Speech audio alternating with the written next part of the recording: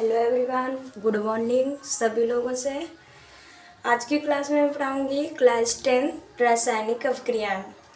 आपका टॉपिक है द्विविस्थापन अवक्रिया किसे कहते हैं। इसके पहले मैं आपकी क्लास में बता चुकी हूँ क्लास 10 में रासायनिक अवक्रिया किसे कहते हैं, संयोजन अवक्रिया किसे कहते हैं, वियोजन अवक्रिया किसे कहते हैं, विस्थापन अवक्रिया किसे कहते हैं। आज की क्लास में बताऊँगी मैं द्विविस्थापन अवक्रिया किसे कहते हैं। द्विविस्थापन अवक्रिया किसे कहते हैं। तो सबसे पहले आते हैं, सबसे पहले हम देखते हैं थ्योरी में इम्पोर्टेंट है, मोस्ट इम्पोर्टेंट। ठीक है, आज की क्लास में क्या बताएंगे, द्विविस्थापन अवक्रिया। देखो परिभाषा क्या दी हुई है, वे अवक्रियाएं जिनमें अभिकारकों के बीच आयनों का आदान प्रदान होता है द्विविस्थापन अवक्रियाएं कहते हैं।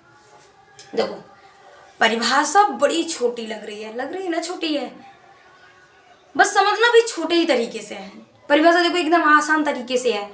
मैंने कहा कि वे अवक्रियाएं जिनमें अभिकारकों के बीच आयनों का आदान प्रदान होता है, किसका, आयनों का आदान प्रदान होता है, उसे हम क्या कहते हैं, द्विविस्थापन अवक्रिया कहते हैं। देखते हैं, जैसे मैंने यहाँ पे लिया सोडियम सल्फेट, एग्जाम्पल देखेंगे। जैसे यहाँ पे हमने क्या लिया एग्जाम्पल, जैसे मैंने लिया यहाँ पे सोडियम सल्फेट, सोडियम सल्फेट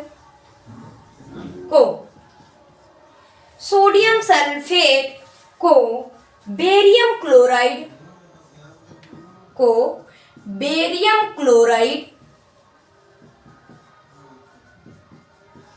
के साथ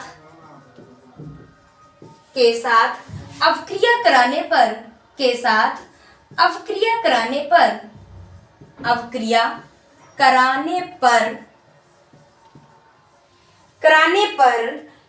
बेरियम सल्फेट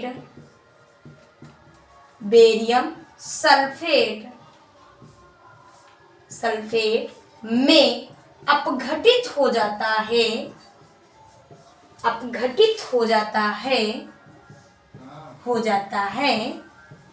द्विविस्थापन अवक्रिया कहलाती है। द्विविस्थापन अवक्रिया कहलाती है। ठीक है, देखिए मैंने क्या लिखा, सोडियम सल्फेट को बेरियम क्लोराइड के साथ अवक्रिया कराने पर बेरियम सल्फेट में अपघटित हो जाता है। देखते हैं, रिएक्शन देखेंगे क्या है सोडियम सल्फेट। अब सोडियम सल्फेट का सूत्र क्या होता होगा पता है भाई, सोडियम सल्फेट। देखो कहने का था, फिर दूसरी परिभाषा आप द्विविस्थापन अवक्रिया की और बता सकते हैं कि दो यौगिक आपस में आदान प्रदान कर लें, वही द्विविस्थापन अवक्रिया कहलाती है। जैसे यहाँ पे हमने क्या लिखा, सोडियम सल्फेट, ये क्या यौगिक नहीं है, यौगिक उसे कहते हैं जो धनायन और ऋणायन से मिलकर के बने होते हैं। ये क्या है, बेरियम क्लोराइड।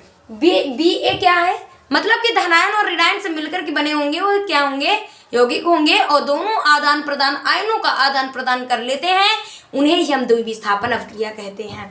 तो यहाँ पे मैंने लिखा सोडियम सल्फेट को बेरियम क्लोराइड के साथ। अब बेटा बेरियम क्लोराइड कैसे बना, सोडियम सल्फेट कैसे बना, तो इसको सबसे पहले जानने के लिए हम क्या करते हैं, सोडियम का आयन कितना होता है, Na पॉजिटिव होता है, और SO4 की संयोजकता कितनी होती है, 2 नेगेटिव होती है। जब इसकी संयोजकता ट्रांसफर किए तो इसकी सल्फेट की संयोजकता कौन ले लेगा, Na, तो बन गया Na2, और इसकी संयोजकता ये ले लेगा तो बन जाएगा SO4। तो ये तो सूत्र बन गया, दिख जाएगा। तो रिएक्शन देखेंगे, अब इसके आगे क्या देखेंगे, रिएक्शन।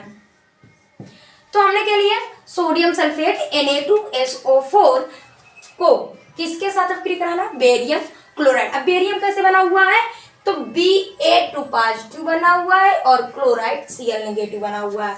तो जब हम इसकी संयोजकता इसको देंगे और इसकी संयोजकता इसको देंगे तो Ba की संयोजकता कौन ले लेगा, Cl, तो बन जाएगा BaCl2। क्या बन जाएगा, BaCl2। नाम क्या है इसका, बेरियम क्लोराइड। अब देखो इसकी संयोजकता Ba लेगा, लेकिन 1 नहीं लिखा जाता, इसलिए मैं नहीं लिखी हूँ।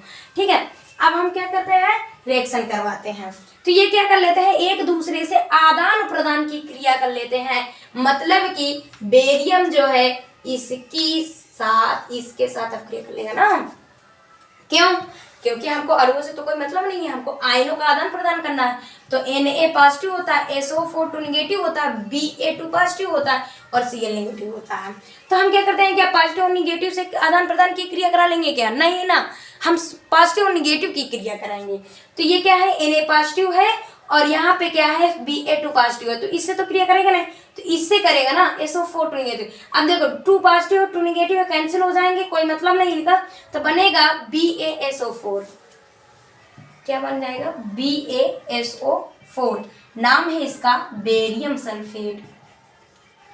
बेरियम सल्फेट रिएक्शन हमेशा करते हैं आयनों का ही आदान प्रदान करके, आदान प्रदान लेफ्ट और राइट करके इस तरह से इनकी क्रिया करवाते हैं। और देखिए दूसरी बात ये है कि यहाँ पे देखो सोडियम है और ये क्या है, Cl है। तो सोडियम जो है किससे क्रिया करेगा, Cl से क्रिया करेगा। हमें अणुओं से कोई मतलब नहीं है।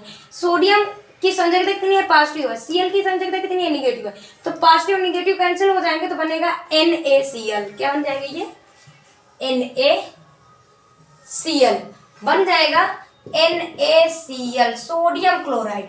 अब देखते हैं क्या संतुलित है, बैलेंस है। हाँ नहीं, बैलेंस नहीं है, हमें बैलेंस करना पड़ेगा।